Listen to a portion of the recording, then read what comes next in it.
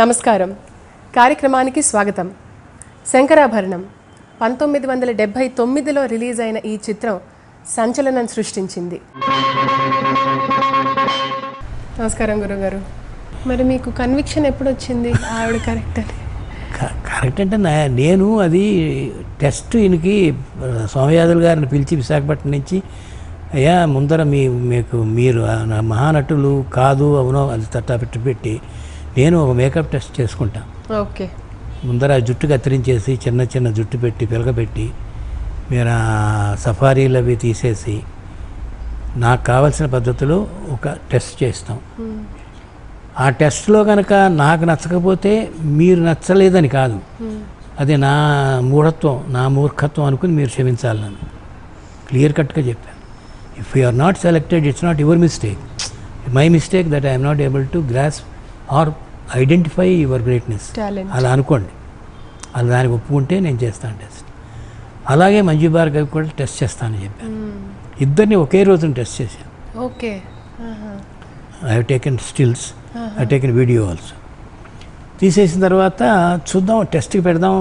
మామూలుగా తెలిసిన ప్రొడ్యూసర్లు మామూలుగా కొత్త సినిమా తీస్తున్నట్టు కదా మీరు, ఏమిటి సంగతులు ఎవరెవరు అని వచ్చినప్పుడు బాగా అనుభవం ఉన్న ఫీల్డ్లో బాగా అనుభవం ఉన్న వాళ్ళకే చూపించారు స్టిల్స్.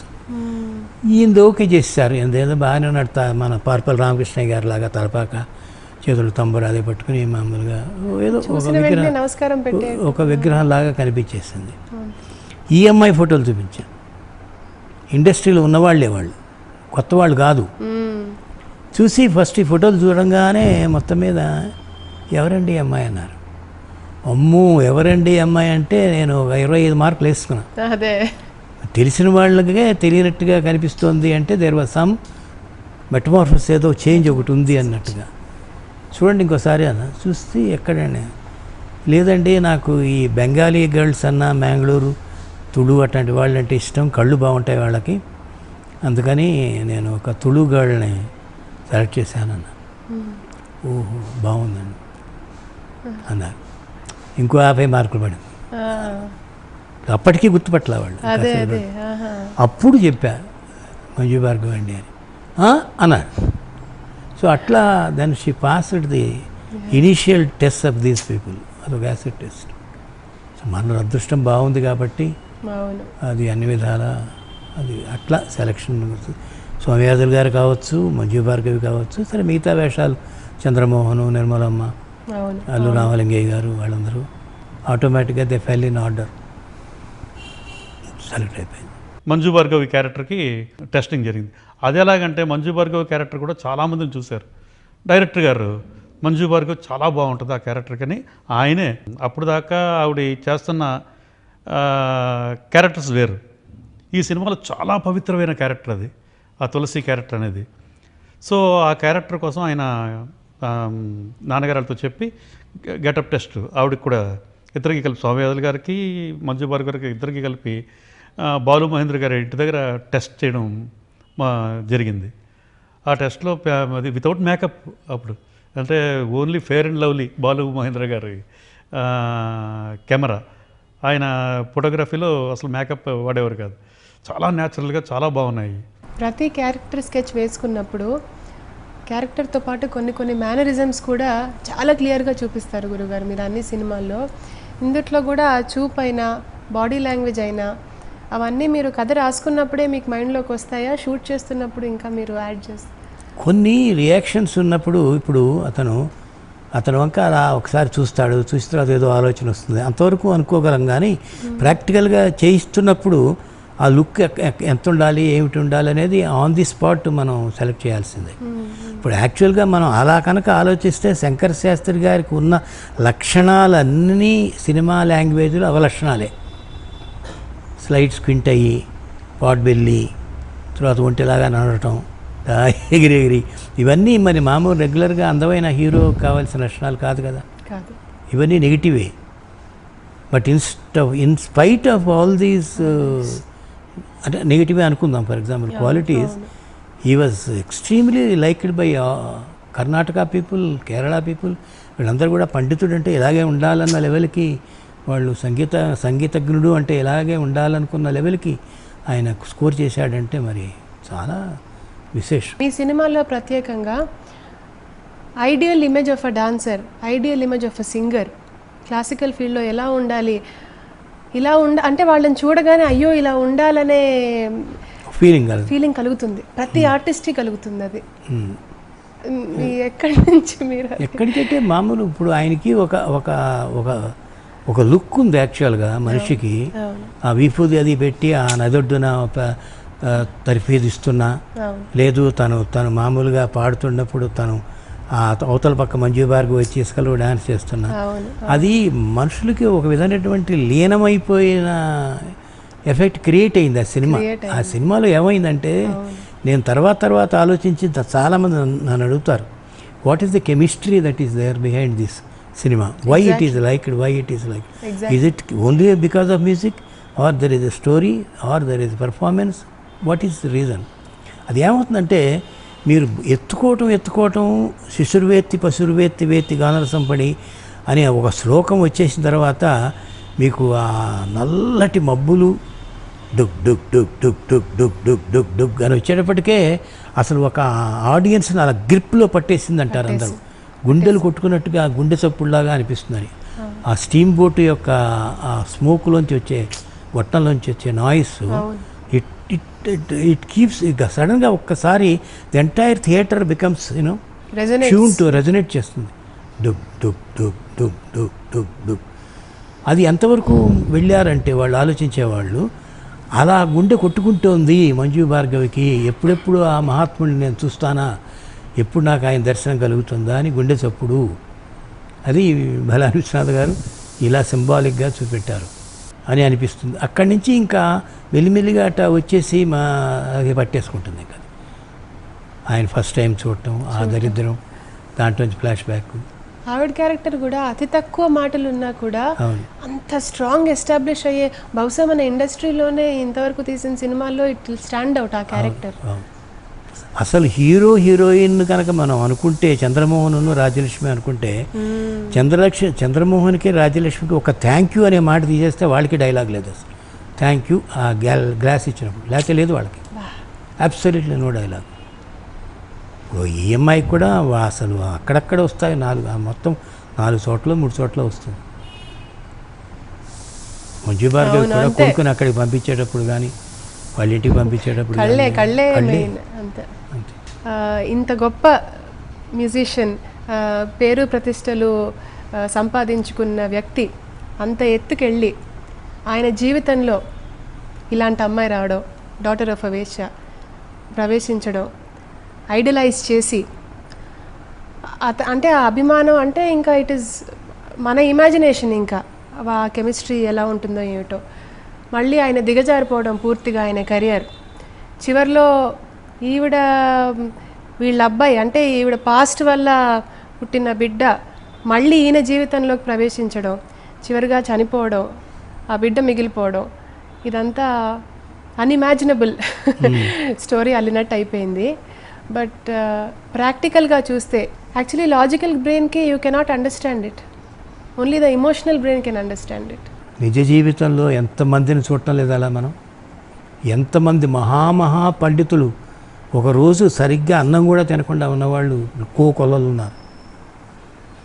మంచి నర్తకీమణులు, సంగీత విద్వాంసులు, ప్లేయర్స్, వీళ్ళందరికీ అసలు ఎంతమంది ఉన్నారో మనం ఒక్కసారి ఆలోచిస్తే హృదయ విదారకంగా ఉంటుంది.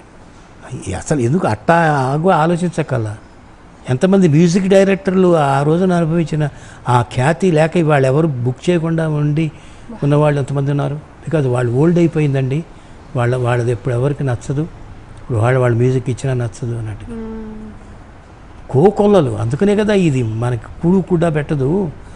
నువ్వు సంగీతం నేర్చుకుంటానంటావేంటి, కంప్యూటర్ సైన్స్ నేర్చుకో శుభ్రంగా, నీకు ఎక్కడ ఉద్యోగం వస్తుంది. సరిగమలు నేర్చుకుని 72 రాగాలు నేర్చుకుంటే నీకేమీ మిగిలేదు లేదు. ఎంతమంది ఉన్నారు. And it is a fact యాక్చువల్గా, it is reality. It's absolute reality. దీంట్లో ఉన్న ఎగ్జాజరేషన్ అనండి, డ్రామాటిక్ ఎలిమెంట్ ఏమిటంటే ఆయన ఏనాడు తను దిగజారిపోయాను, నాకు ఇవాళ కచేరీలు లేవు, నన్ను ఎవరు ఆదరించట్లేదనే ఫీలింగ్ లేని ఒక ఆత్మాభిమానం ఉన్నటువంటి ఒక స్ట్రాంగ్ పిల్లర్. వాళ్ళకి అదృష్టం లేదనుకుంటాడు కానీ వినే వాళ్ళకి అదృష్టం లేదు మంచి సంగీతం వింటాం, మన వల్ల కాదు. We're always gold is gold. ఇవాళ ఆ గోల్డ్ ఉపయోగించుకోకుండా నకిలీ పెట్టుకునే వాళ్ళకి మనం వాళ్ళని చేసేది ఏమీ లేదు. కంచిపట్టు చీరే రేయాన్ వచ్చినా మిగతాది వచ్చినా ఏదొచ్చినా ఏదన్నా అది వేరే లేదు. సో అట్లాగా అతనికి ఉండేటువంటి దృఢమైన విశ్వాసం మనకేమిటంటే ఎప్పటికైనా సరే ఒక క్లాసికల్ ఆర్ట్స్ అనేవి అవి సజీవంగా తాత్కాలికంగా వాటికి ఒక్కొక్కప్పుడు కొన్ని అడ్డంకులు వచ్చి మరుగున పడిపోయి ఏవైనా కూడా మళ్ళీ వస్తాయి, మళ్ళీ బతుకుతాయి ఇవన్నీ అనేటువంటి నమ్మకంతో మనం తీసాం సినిమా. అదే పాత్ర ఇప్పుడు నా పాత్ర కావచ్చు, సోమయాజులు గారి పాత్ర. నాకేం నమ్మకం ఉందో revival of all the old మన హెరిటేజ్కి మనం గర్వపడేవి ఏవేవి ఉన్నాయో అవన్నీ కూడా మళ్ళీ వస్తాయి అనేది ఆ కథ, ఆ సినిమా యొక్క ముఖ్యోద్దేశం అదే సినిమా. అందుకనే ఆ పరంపర కుర్రాడు గొప్ప చెప్పేసేసి తను చనిపోయాడు. సో హీఈస్ కంటిన్యూయింగ్ ఆ హెరిటేజ్. అందుకని చివరి షాట్ కూడా వాడు వాయిస్తూ ఉంటాడు, it is there is no end. దాంట్లో సాగర సంగమంలో చెప్పినట్టు there is no end for art అన్నట్టుగా ఇది ఇలా కొనసాగుతూనే ఉంటుంది, ప్రవహిస్తూనే ఉంటుంది. అనంతమైనటువంటి ఈ వాహిని. అది అక్కడ లాస్ట్ టైం స్పీచ్ కూడా చెప్తాడు కదా, దొరకన ఇటువంటి సేవ అని ముందర. పాశ్చాత్య సంగీతపు పెను తుఫానుకు రెపరెపలాడుతున్న సత్సాంప్రదాయ జ్యోతిని కాపు కాయటానికి తన రెక్కలడ్డు పెట్టిన ఆ మహామనీషికి తల వంచి పాదాభివందనం. ఎవరైనా కావచ్చు అది. Whoever is trying to revive it, నిజమైన పండితుడు, నిజమైన వాడు వాళ్ళకి ఎప్పుడు కూడా ఒక కృతజ్ఞతాపూర్వకంగానే ఉంటాడు. సినిమా రిలీజ్ అయిన వెంటనే రివ్యూస్ వచ్చేస్తున్నాయి, ఆన్లైన్ రివ్యూస్ రావడం, వెంటనే వాట్సాప్లో పంపించేసుకోవడం, పబ్లిసిటీ విపరీతంగా స్ప్రెడ్ అయిపోతుంది. ఆ రోజుల్లో అంత ఇమీడియట్ రీచ్ మీడియా కూడా లేదుగా, ఎన్ని ఛానల్స్ లేవు, అవును ఏమీ లేవు. అవును. మరి అప్పుడు వచ్చిన మొదటి రివ్యూస్ ఎలా వచ్చాయి రివ్యూస్? తర్వాత ఏమన్నా క్రిటికల్ బ్యాడ్ రివ్యూస్ ఏమన్నా వచ్చాయా, లేకపోతే కంప్లీట్గా పాజిటివ్ రెస్పాన్సే ఉండిందా? నాకు తెలిసినంత వరకు పాజిటివ్ రెస్పాన్సే ఉంది. ఆ రెస్పాన్స్ లేకపోతే అంత సక్సెస్ కాదు కదా. అండ్ అసలు మిగతా లాంగ్వేజెస్లో ఎప్పుడా నేను ఇది ఆనంద్ బక్షికి, లక్ష్మీకాంత్ పేరలాలకి వాళ్ళందరికీ ఒరిజినల్ వర్షనే చూపించా బాంబే తీసుకెళ్ళి చూపించినప్పుడు ఆనంద్ బక్షి గారు ఒక మాట అంటూ వెళ్ళిపోయాడు అంతే, ఏమీ చెప్పాలి ఆ పిక్చర్ గురించి. Our Bombay people cannot come 2 kilometers near this film అని వెళ్ళిపోయాడు అంతే. దిలీప్ కుమార్కి చూపించారు ఈ సినిమా హిందీలో చేయాలని. అండ్ ఆయన చూసి మంజు భార్గవ్ క్యారెక్టర్ చూసి this is an ideal Indian women ఆయన కితాబ్ ఇచ్చారు.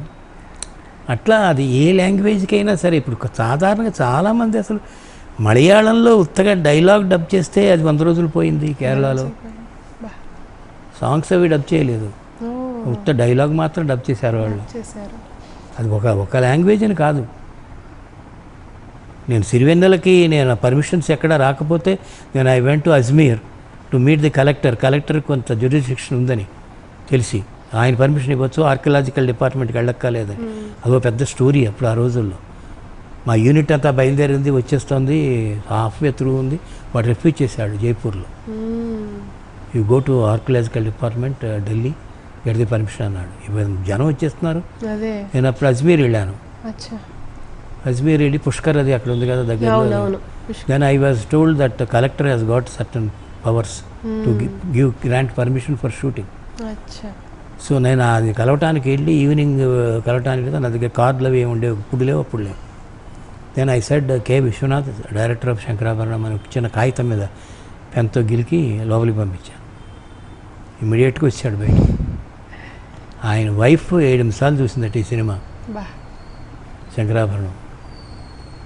మా అందరికీ ఇది ఒక పెద్ద పాస్పోర్ట్ వీసా. అసలు శంకరాభరణం అంటే చాలా మనుషులలో ఒక కాంతి వచ్చేస్తుంది ఫేస్లో. ఎవరైనా సరే కొత్త వాళ్ళని చూసి మీరు ఎవరు ఏమిటంటే మీరు ఏం తెలియకపోయినా బలానండి అంత కీర్తి తెచ్చిపెట్టింది అస్సలు. అన్ఇమాజినబుల్. ఉన్నతమైన సినిమాని ఎంటైర్ వరల్డ్ మెచ్చుకునే స్థాయికి తీసుకువెళ్ళి మన కల్చర్, మన ఇది ఏం మర్చిపోతున్నామో, ఇండియన్స్గా చాలామంది వెస్ట్రన్ దానికి అడాప్ట్ అయిపోతున్నారు, దాన్ని మళ్ళీ గుర్తు తెచ్చుకునేటట్టు శంకరాభరణాన్ని ఒక రెవల్యూషన్గా చేసి వరల్డ్ వైడ్ మెచ్చుకునే సినిమా శంకరాభరణం అయ్యి, అండ్ వరల్డ్ లెవెల్లో దానికి ఒక ప్లేస్ ఉంది బెస్ట్ ఫిల్మ్స్లో. ఆ ప్లేస్ని సంపాదించి ఇచ్చి ఇండియన్స్ని ఇంత గౌరవం పొందేటట్టు చేసిన మా గురుగారు శ్రీ విశ్వనాథ్ గారికి మనస్ఫూర్తిగా ఆ దేవుడు ఆయుష్, ఆరోగ్యం, నెమ్మది, సంతోషం అన్నీ ఇవ్వాలని నేను మనసారా కోరుకుంటున్నాను. Thank you so much for your time. వచ్చే ఎపిసోడ్లో మరిన్ని విషయాలు తెలుసుకుందాం. అంతవరకు